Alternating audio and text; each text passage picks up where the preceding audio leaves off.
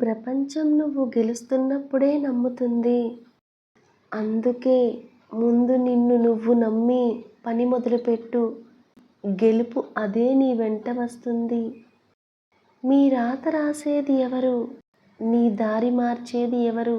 కలలు నీవే, కష్టం కూడా నీదే. తలిచేది నువ్వు, తడబడేది కూడా నువ్వే. ఓటమి నీదే, గెలుపు కూడా నీదే.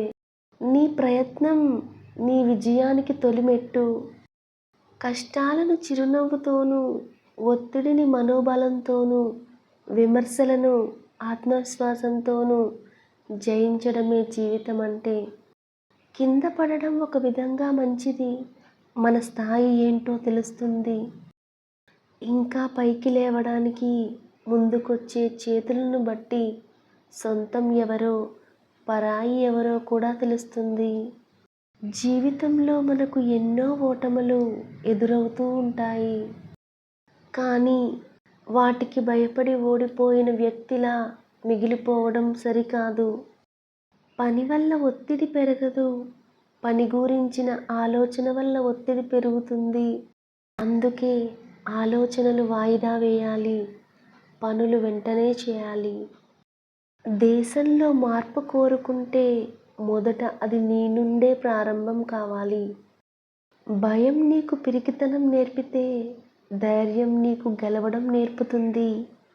భయాన్ని ప్రక్కన పెట్టి ధైర్యాన్ని ఆయుధంగా చేసుకుని కష్టాలు ఓడించి జీవితాన్ని గెలుచుకో. ఒడ్డుకు చేరిన మాటలు ఒకలా ఉంటాయి. నీళ్ళల్లో ఈదేవాడి ఆలోచనలు మరోలా ఉంటాయి.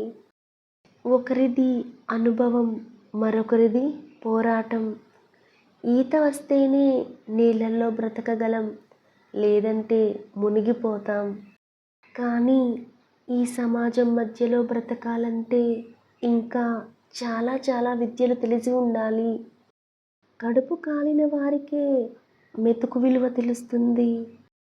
కష్టాలు దాటి వచ్చిన వారికే బ్రతుకు విలువ తెలుస్తుంది. గమ్యం చేరేందుకు 1000 మార్గాలున్నా వాటిని ఉపయోగించుకోవడం చేత కాకపోతే అవి అన్నీ వ్యర్థమే. ఎలాంటి పరిస్థితి ఎదురైనా మనకు వచ్చే కష్టాన్ని, సమస్యలను మనమే పరిష్కరించుకోవాలి. ఎవరో వస్తారని, ఏదో చేస్తారని వేచి చూడకూడదు. జీవితం కూడా చదరంగం లాంటిదే. కాకపోతే చదరంగంలో రాజును కాపాడడానికి సైన్యం ఉంటుంది. కానీ నిజ జీవితంలో మనల్ని కాపాడడానికి ఏ సైన్యం ఉండదు. మనకు మనమే ఓ సైన్యంలా ఒంటరి పోరాటం చేయాల్సిందే.